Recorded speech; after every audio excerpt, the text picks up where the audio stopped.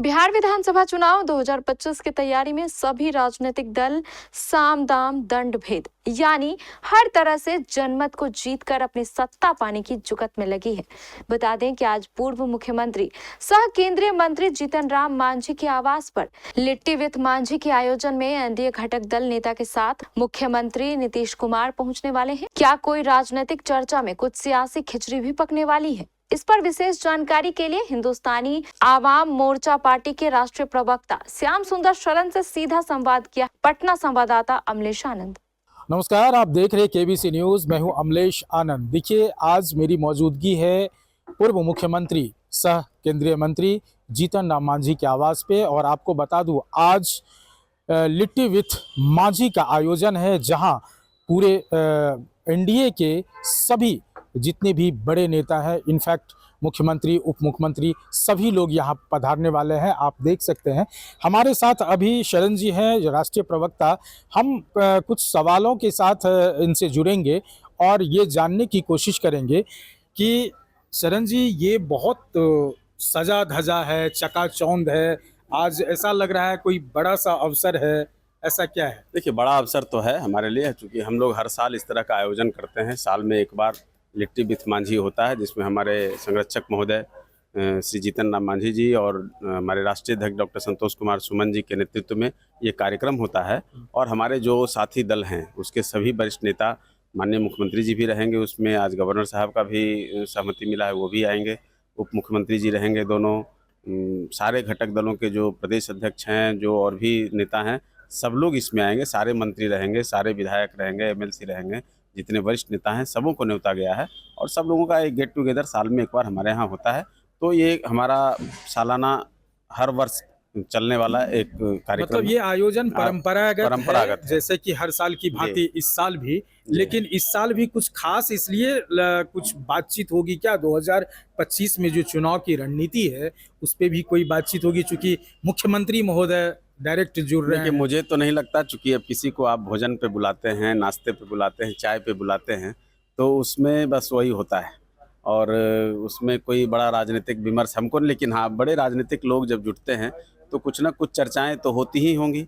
अब उस बीच में हम भी नहीं रहेंगे, आप भी नहीं रहेंगे, तो अब वो लोग क्या आपस में बात करते हैं वो उन्हीं पर छोड़ते हैं। बाकी इस आयोजन में सब लोग आमंत्रित हैं, आप लोग भी आमंत्रित हैं। इस बीच में देखा गया है कि मांझी जी का जितना सॉफ्ट कॉर्नर रहा है मुख्यमंत्री के प्रति, उन्होंने तो बड़े अवार्ड की भी बात कह दी थी, तो इससे ये लग रहा है कि अब अपनी तारतम्यता कुछ बेहतर होने वाली है सीटों के आंकड़े में, अगर देखा जाए। देखिए, तारतम्यता में कहीं कोई दिक्कत नहीं है, और मांझी साहब और नीतीश कुमार माननीय मुख्यमंत्री जी का एक अलग रिश्ता है। तो दोनों राजनीतिक बातों में जनता के हितों को रख कर देख करके कुछ बात कहना, ये लोकतंत्र की खूबसूरती है। वो कोई सत्ता के खिलाफ या किसी नेता के खिलाफ बात नहीं होती है। लोग उसमें, विपक्ष कुछ अपनी रोटी सेकने का प्रयास करता है, लेकिन वैसा कुछ है नहीं। एक अद्भुत दोनों के अंदर विश्वास है, और कह लीजिए कि राजनीति में ऐसे कम रिश्ते होते हैं जो दोनों में हैं, तो हम लोग तो उसको उसी रूप में देखते हैं। बाकी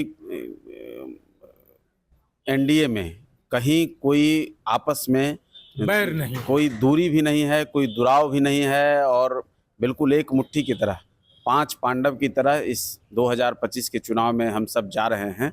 और 2025 225 फिर से नीतीश, ये एनडीए का नारा है, उसमें कहीं कोई इफ बट का सवाल नहीं। देखिए, कल ही केंद्रीय बजट आया, आम बजट आया, जो निर्मला सीतारमन ने पेश किया, और उसमें बिहार को लेकर के कहा जा रहा है कि बहुत बड़ी सौगात दी है, और इसमें खास तौर पर उत्तर बिहार में देखा जाए तो मिथिलांचल, सीमांचल, इन सभी चीज़ों को कोट किया है। कैसे देखते हैं इन सारी चीज़ों पर? क्या धरातल पर उतरेगी या सिर्फ ये जुमला है चुनावी? देखिए, ये कहने की बातें हैं, विपक्ष को कहने दीजिए। लेकिन आपने पिछले बजट में भी देखा होगा, जब देश में नई सरकार बड़ी, अंतरिम बजट जो आया, उसमें दक्षिण बिहार का पूरा ख्याल रखा गया।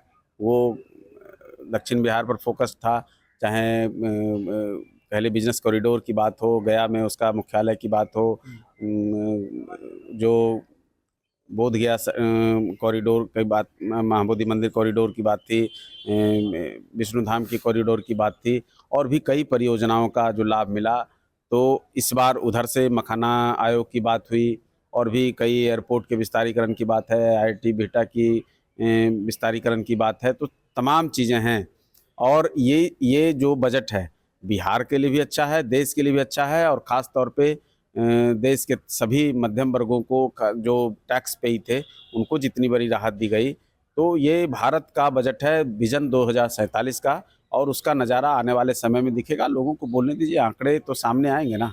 शरण जी, मखाना के लिए इस तरह से जो केंद्र सरकार सोच रही है, मखाना उद्योग लगे या मखाना का विकास हो, लेकिन आपको नहीं लगता है जिस तरह से आम फसल होता है दरभंगा, मधुबनी, सहरसा, सुपौल, पूर्णिया, कटिहार में, उस हिसाब से मखाना की खेती के लिए सरकार कुछ ऐसे जागरूकता करे या ऐसे किसानों को कुछ अनुदान दे?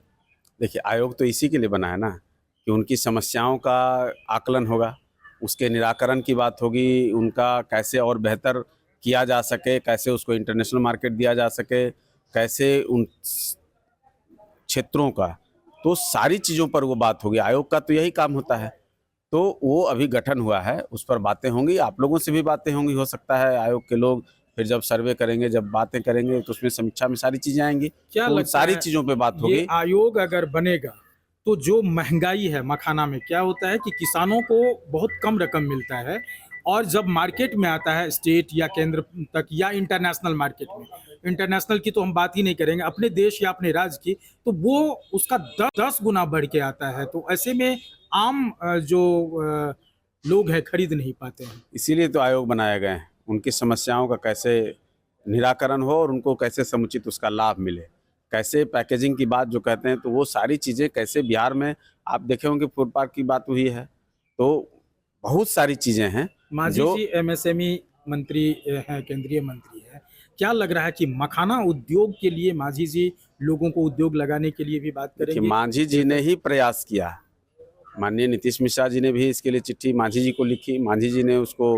विभागीय स्तर पे केंद्र सरकार को उसको लिखा, और एक नहीं 3-3 बार लिखा, और उनके सहयोग से, उनके सहमति से कहिए या उनसे विमर्श के आधार पे कहिए, इस तरह की चीज़ें हुई हैं। मांझी जी तो जब से केंद्र में मंत्री बने हैं, बिहार को बड़ी बड़ी सौगातों के लिए वो लगातार, देखिए कि सोशल मीडिया के माध्यम से भी अब लोग देख रहे हैं इस चीज़ को, आप लोगों के माध्यम से भी जा रहे हैं कि किस तरह से वो बिहार के विकास के लिए या देश के विकास, कैसे MSME आज चर्चा में बना हुआ है। MSME जो कभी इस इलाके में बहुत ज़्यादा नहीं चर्चित रहा, उसको भी आज मांझी जी ने चर्चा में ला दिया, और कई चीज़ों पर आपको आने वाले समय में और बेहतर रिजल्ट दिखेगा। MSME कैसे बिहार को लाभान्वित कर सके, बिहार कैसे उसका लाभ ले सके, इन सबों की मुकम्मल तैयारी हो रही है। एक अंतिम सवाल बहुत छोटा है, हमारे मंत्री हैं जो आपदा विभाग के, वो है संतोष सुमन जी, क्या लग रहा है इस बार जो बजट आया और कोसी के जो कैनाल की बात हो रही है, तो उसके लिए सुचारू ढंग से वो कार्य पटल पे आएगी या फिर 5 साल के बाद इस तरह की बात होगी? देखिए, अभी तो बजट में उस राशि के बारे में आया है, उसका कैसे काम होना है, इन सबों का आकलन करके अगर गड़बड़ होगी तो हम आपकी मुलाकात माननीय मंत्री जी से कराएंगे, आपसे सुझाव भी लिए जाएंगे। कहीं कोई दिक्कतें होंगी तो उसके लिए उनका नंबर खुला रहता है, कहीं भी कोई समस्या दिखे तो हम लोग कैमरे के अलावा भी देखते हैं कि मंत्री जी सबसे बात करते हैं, सुझाव लेते हैं, और उस पर जो लोगों का माने कहिए कि नज़र है, तो हमारी भी नज़र है, किसी की नज़र नहीं लगने देंगे। मुकम्मल उस राशि का बाजाब्ता मॉनिटरिंग होगा, और उसको सही तरीके से धरातल पर उतारने का काम किया जाएगा।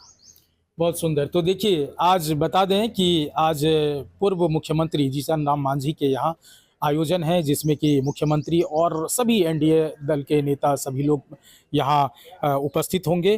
ख़ास बात ये रहा कि जिस तरह से बजट आया, और बजट में जो उत्तर बिहार में एक बड़ा सा पैकेज दिया गया है, मखाना हो या कोसी कैनाल की डेवलपमेंट की बात हो, इन तमाम चीज़ों पर जो राष्ट्रीय प्रवक्ता है उन्होंने बात कहा है, और इन्होंने ये भी कहा है कि विपक्ष को मुंहतोड़ जवाब इस बार देंगे, और NDA एक मजबूत स्तंभ के तौर पर रहेगा, और 2025 में नीतीश को फिर से लाने की कवायद शुरू हो रही है।